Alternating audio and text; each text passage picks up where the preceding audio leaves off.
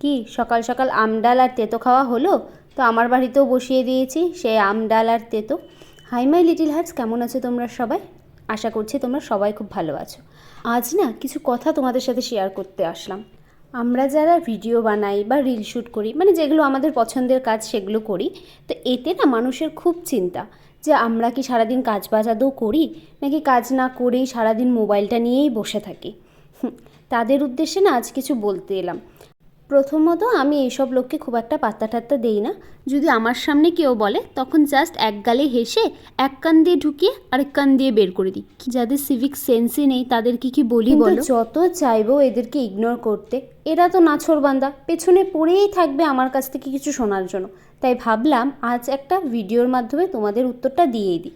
এই যে দেখো, সারাদিন তুমি কাজবাজ করার পর আমাকে নিয়ে যে সমালোচনাটা করছো, বা আমাদেরকে নিয়েই যে সমালোচনাটা তোমরা করো, তো তোমরা যেই সময়টাতে সমালোচনা করো, আমরা সেই সময়টাতে একটু রিলস ভিডিও শ্যুট করি, বা যার যেটা ভালো লাগে সে সেটা করে।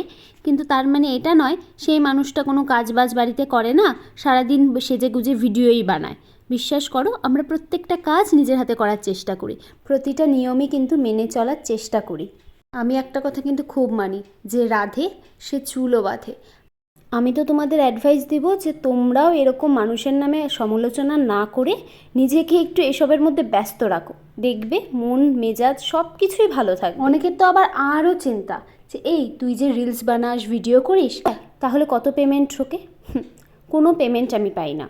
এই কথাটা বলতে বলতে আমি জাস্ট হাঁপিয়ে গেলাম। তুমি যেমন গসিপ করে কোনো পেমেন্ট পাও না, আমিও ভিডিও বানিয়ে কোনো পেমেন্ট পাই না। তোমার যেরকম গসিপ করতে ভালো লাগে, আমার সেরকম ভিডিও বানাতে ভালো লাগে।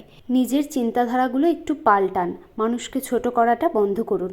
নতুন বছরে নতুনভাবে বাঁচুন, নিজেকে একটু সময় দিন, দেখবেন নিজেরও ভালো লাগবে আর অন্যদেরকেও ভালো চোখে দেখবেন।